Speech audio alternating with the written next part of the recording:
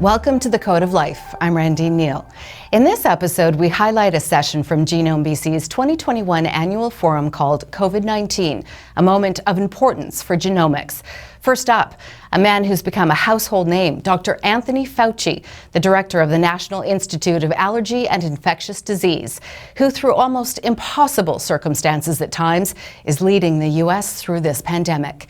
Interviewing him is acclaimed scientist Dr. Peggy Johnston, now an independent consultant, former senior program officer for the Bill and Melinda Gates Foundation, and prior to that, she worked directly with Dr. Fauci as director vaccine research at the U.S. National Institute of Allergy and Infectious Disease.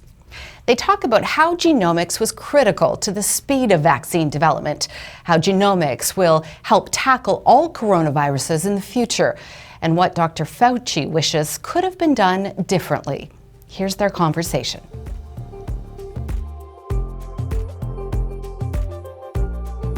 Tony, thank you for giving us this slice of your time. We really appreciate it. On behalf of Genome British Columbia, thank you. I want to start by asking you, have you heard of the Fauci effect? Yes, I have. Well, hopefully that's a good thing. A lot of kids going to go into public health and medicine. That's good. Which is maybe one of the silver linings here in this pandemic. Yeah. So prior to this recording, the audience here has been introduced to your day job, being director of NIAID. But I think the people would be interested in hearing about your career path and how you came to be the director of NIAID, and also what motivates you, what has motivated you, and what continues to motivate you to remain director of NIAID, particularly during these challenging times. Well, Peggy, I got into what I was doing years ago because I chose the path of a physician, which my original thought was to be a practicing physician. I did not have any predetermined interest in fundamental basic research, but after my clinical training in internal medicine in New York City at Cornell, New York Hospital, I came to the NIH for a fellowship in a combined fellowship in infectious diseases and clinical immunology. And that was really the turning point, actually, in one of the turning points in my career was to train for those 3 years and realized that I fell in love with research, particularly the interface between fundamental basic research and clinical applied research.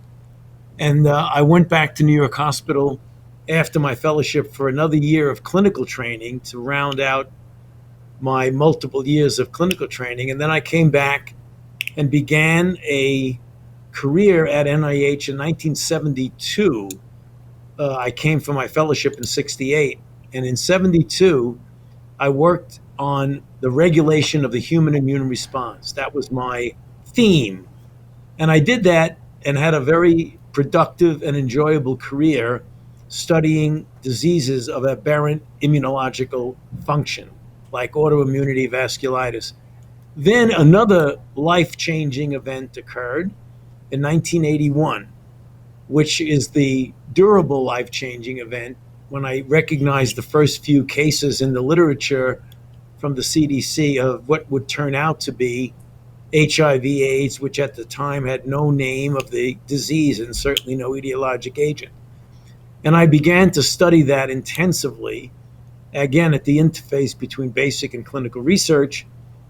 And then I decided, again, by just an opportunity that almost accidentally came in front of me, I really felt that we needed to put more emphasis on infectious diseases in general, certainly on HIV, and certainly on global health. And when the position of director of NIAID, the institute that I now direct, came open in 1984, even though I had trepidations about modifying my research and my other activities to become an even greater job, which had a degree of science administration, I made that decision, and it was the best decision of my life because it got me involved not only in having an impact and expanding the impact of HIV, because when I came in, our budget was like the budget of the Institute was $300 million, and the budget of HIV was about $15, $20 million. Now the budget of the Institute is $6 billion, and the budget of HIV, is about 10% of that. So that's pretty good. And that's what I've been doing ever since. And you got to know me when you were part of the team in the Division of AIDS, which I established, because one of the first things I did when I became director, there was not a lot of interest in the community of scientists in working on this new disease, this new mysterious disease. And even members of the staff here were not that interested in diverting their attention to that disease. And so I established a Division of AIDS, which has had a groundbreaking and transforming impact on the the conduct and the support of AIDS research, not only in the United States, but throughout the world. And that's a good jumping off point for my first scientific question, which is the speed at which COVID vaccines came into being and the particular role that genomics played in that, in getting us to this point, and also how it might get us into the future as well. So maybe you could review for us your view on how did we get there so fast, and what was the role genomics played? Well, it was very interesting because genomics played a role in why it took such a long time, which is not took a long time, but why we had years of investment, and also why it went so quickly. I often get asked the question, and I've written a little editorial in Science a week and a half ago about the role of the investment of decades of basic biomedical research, particularly in the area of genomics being one of the most prominent areas. Most people say, you recognize the virus in January of 2020, and we have vaccine going into people's arms 11 months later. How did that happen? It's impossible. You should have years and years of investment to get a vaccine. And I point out to people that the work that we got to where we are right now with COVID-19 vaccines didn't start on January 20th. It started decades ahead when we were able to sequence viruses. Instead of taking months and months, it takes overnight. And instead of looking at one single aspect of the virus, you can sequence quasi-species of viruses at a rapid speed.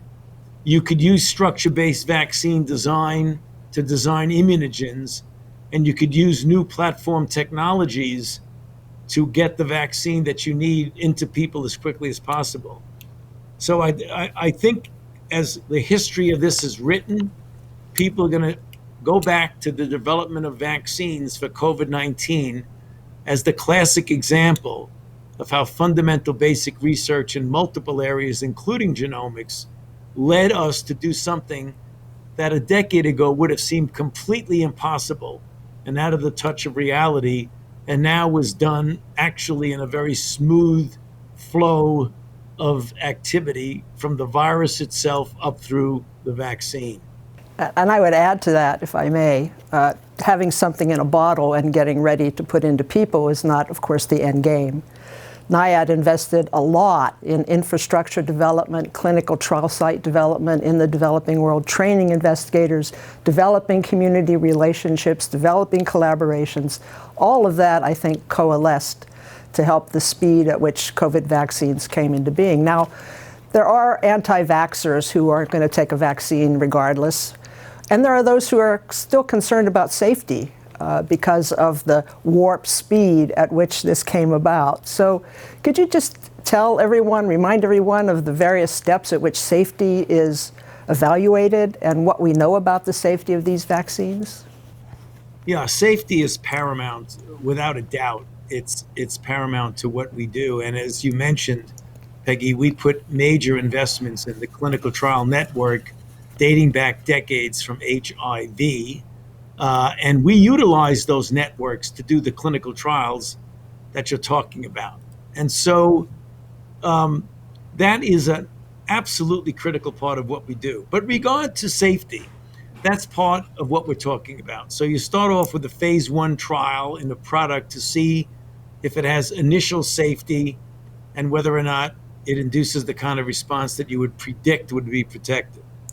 Then we went on, just as an example of what we did with the COVID-19, we went on to a phase 2 and 3, again, to get the right dose, to get more safety data, and to confirm the immunogenicity. But then the actual trials that were done with Moderna was 30,000 people, with Pfizer was 44,000 people, and with J&J was another 40,000 people. All of those studies were done with a very strong look at the safety as well as the efficacy of the vaccines. And it turned out that they were remarkably effective, literally 94, 95% for the mRNAs, and really quite safe with no really red flag signal. One of the things that did happen that I think some people said, well, I'm a little bit concerned about safety, which actually is a manifestation of why and how we take safety so seriously. In the surveillance mechanisms that the CDC and the FDA have to look for even a rare adverse event, they picked up initially 6 serious adverse events with the J&J product in 7 million vaccinees. And that was less than 1 in a million. And they paused the studies to make sure there wasn't a lot more, and to make sure that physicians knew how to treat this particular adverse event properly. And now we're gone back on track again with J&J. But what I do say is that, there were more than 150 million people who've received at least one dose. Only 8 million of those was J&J, which means 140 plus million doses of mRNA have been given with the same exquisitely sensitive surveillance system. Some even would say too sensitive surveillance system that allowed us to pick up the adverse events with J&J, and there were no red flags at all with regard to the mRNA. So I think that should convince people that safety is taken very, very seriously when it comes to vaccine trials and vaccine implementation. And what can you tell us about the safety in children? Is that now being explored as we ramp down the ages at which these vaccines are administered? Yes, actually it has. I mean, children and pregnant women, when you're dealing with vaccines, are what we call 2 vulnerable populations, which means that before you be doing anything on them, you really want to show that the product you're dealing with is both safe and effective in a normal adult population. Once you do, which we've actually done amply in the coronavirus vaccines, then you do safety trials and efficacy trials, which are not really clinical efficacy, but are bridge studies to show that in pregnant women, you can do a vaccine trial that's safe, but that induces the kind of response that is comparable to the response that gives efficacy in the larger efficacy trial among adults. Those studies have already started in pregnant women. We already have good immunogenicity and safety data and efficacy data in 12 to 15-year-olds, so that's adolescent high school kids. And both companies, Moderna and Pfizer, and even Novavax and J&J, are doing what's called age de-escalation studies in kids, which means you go from 12 to 9 years old, 9 to 6, 6 to 2, and then 6 months to 2 years. We project that by the end of 2021, the first quarter of 2022, we will have enough data to vaccinate children of any age. And right now, at any time now, we should be getting an extension of the EUA of Pfizer to vaccinate adolescents from 12 to 15. That's really good news, particularly as communities try to open up schools and get kids back to school. Now, of course, the primary endpoints in the initial trials were protection from disease and hospitalization. And one of the questions that I think everyone who gets vaccinated wants to answer is, well, can I still get infected? And if I get infected, can I spread the virus to other people? So what's the status of research on those questions, Dr. Fauci? So when the clinical trials ended, we did not know what the level of protection against infection, because as you mentioned correctly, Peggy, the primary endpoint was clinically recognizable disease. And we did extremely well with that.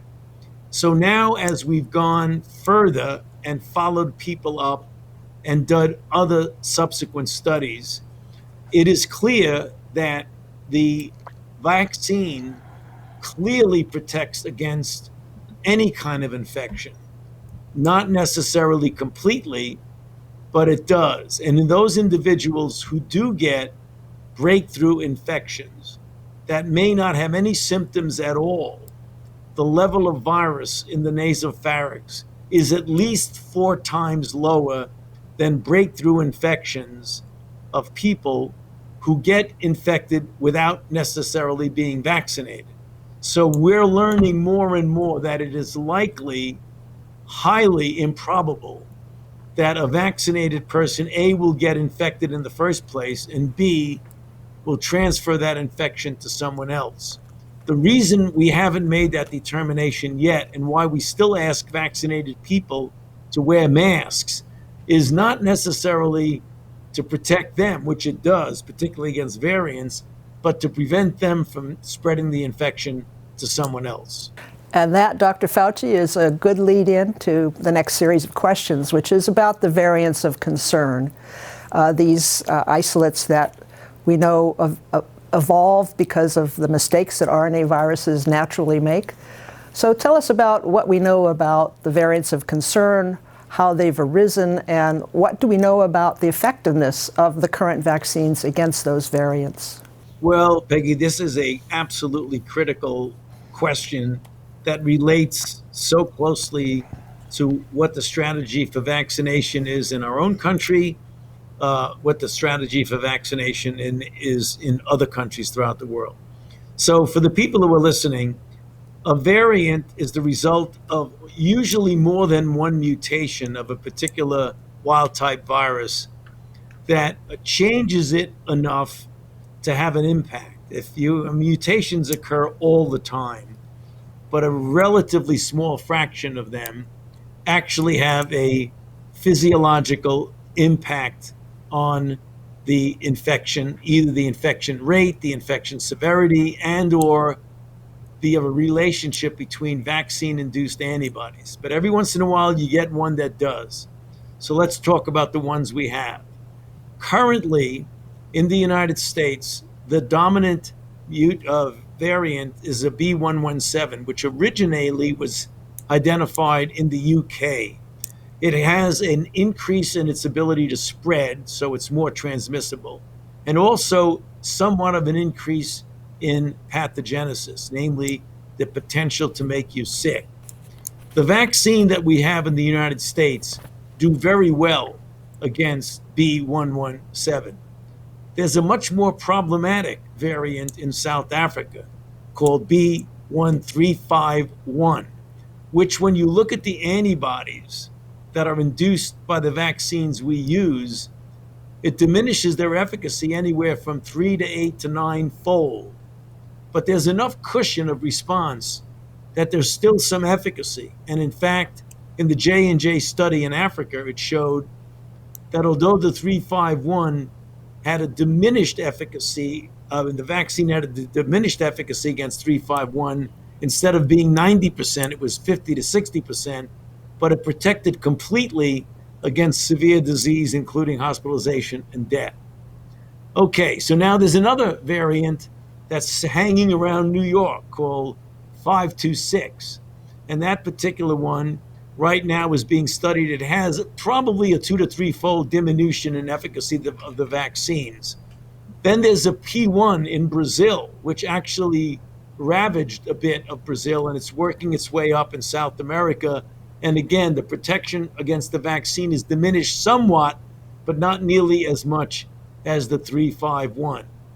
Then there's one that we're focusing on very much right now in India, which is a 617. We don't know a lot about it. We're getting some conflicting reports where the initial report was that the Covaxin vaccine that the Indians are using works well against it, and yet we're seeing some reports that antibody induced by these vaccines are not protecting as well. I think we need to collect more data before we make any definitive statements about that. So those are a whole bunch of variants that we're dealing with. Right. So as we get all this genetic information through sequencing, it's very important to understand where the variants are and how they're going. What does this portend in terms of the future of vaccines? Are we looking at potential of getting cocktails of vaccines in the future? Might there be the possibility of developing a pan-coronavirus vaccine that will protect against any coronavirus? What do you see for the future of vaccines and how this genomic information will influence those future vaccines? Well, I think genomic information is telling us that we've got to go to the suggestion that you just mentioned. Because if we have to do a variant-specific boost every time we get a new worrisome variant, we're going to be chasing this like whack-a-mole. So I think what we really need to do is we really need to put a lot of effort, which we are, on first a pan-coronavirus 2 vaccine, and then a true pan-coronavirus vaccine for the entire family of coronaviruses. And one of the ways that allows us to determine the level of concern we should or should not have is to do very extensive genomic surveillance sequencing. You've got to sequence a substantial proportion of isolates to know if, as the virus is evolving in its pandemic spread, it isn't generating more mutants. Because if you don't look for them, you're not going to find them. And if you don't find them, you're not going to know what to do about them. So that's the reason why genomic surveillance is absolutely critical. And that's why the CDC, over the last several weeks to a month, has dramatically increased the percentage of isolates that they're actually sequencing. Because early on, they were sequencing really very few, comparably speaking. Yeah, so can you briefly then tell us about the $1.7 billion program that was recently announced in the U.S. to detect and monitor the progression of virus variants? That's a substantial investment. Yeah, it's a substantial investment, but it's going to be money well spent. It's a combination of a program that has a large component is in the CDC and a component at the NIH, which will be a joint venture to essentially get as many viruses sequenced as you possibly can and get a really good collaboration and coordination and transparency of what's out there. Because we started off really quite slow. When you compared us to other nations, we're really not doing as well. I think by the time we get well into this 1.9 or 1.2, whatever it is, $1 billion investment, we're going to be right where we want to be. Right. Of course, and I'm going to want to shift into more public health related issues now. Of course, one of the key findings that I think would be very valuable is understanding what we refer to as the correlates of immune protection. The type of immune response and the level of immune response at which someone is going to be protected. So what do we know about that? And also that kind of leads into a question about how to make the most of the doses we have. Many countries, including us here in Canada, are delaying the second dose to get as many first doses in as many arms as possible. Yet we don't really have real-world information as to what the kind of decline of antibody responses are, how much is going to be enough to be protective. And when I get my second dose 4 months from now, will I still have been protected during that time? Particularly people in my age group, which might not have as strong immune response as younger folks. So what can you tell us about the strategy and what's known about levels of immune responses that are required to maintain protection? Right. Well, there are two ways to do that. what you do is you look at when the level of protection falls off. So in several of the studies that were done, there's no doubt that the second dose gives you a substantially higher degree of protection, both in true, real clinical protection, and we're getting data about that now, but also in the level of antibodies. So if you can establish what the correlate of immune protection is, you'll know when you need to boost somebody because you can measure a correlate rather than wait for a clinical outcome. So if you know that the level of antibody has to be at this level, and you have a level of antibody that's up here, you know that as long as it stays above that critical level where the correlate essentially falls off, then you can make a pretty good prediction of whether or not the level that you've induced is going to be protective. And that's the reason why we do a lot of immunological studies and we correlate the immunological studies with the clinical outcome. So looking ahead now into the future, I think there are always lessons learned when we respond to pandemics. In your view, what, if anything, needs to change to better prepare the United States for future pandemics or to address this pandemic more effectively? Clearly, there's been variability in the various states to control the pandemics within that state.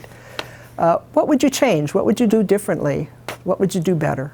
Well, first of all, over the years in the United States, we've let our local public health systems languish. We've had so many people who have left the local public health system. And that really interfered greatly with our ability to identify, isolate, and contact trace. Also, we need to get a much more unified approach to a pandemic. You know, there's pandemic preparedness and pandemic responsiveness. We were felt to be, in the United States, the best prepared for a pandemic, and yet we did not fare very well. In fact, the United States, India, and Brazil were the three countries that were hit really very hard. One of the reasons that our response, I believe, was not as good because it was disparate. We're a big country, a great country. We have 50 states and additional territories, and we didn't do things in a unified, coordinated fashion.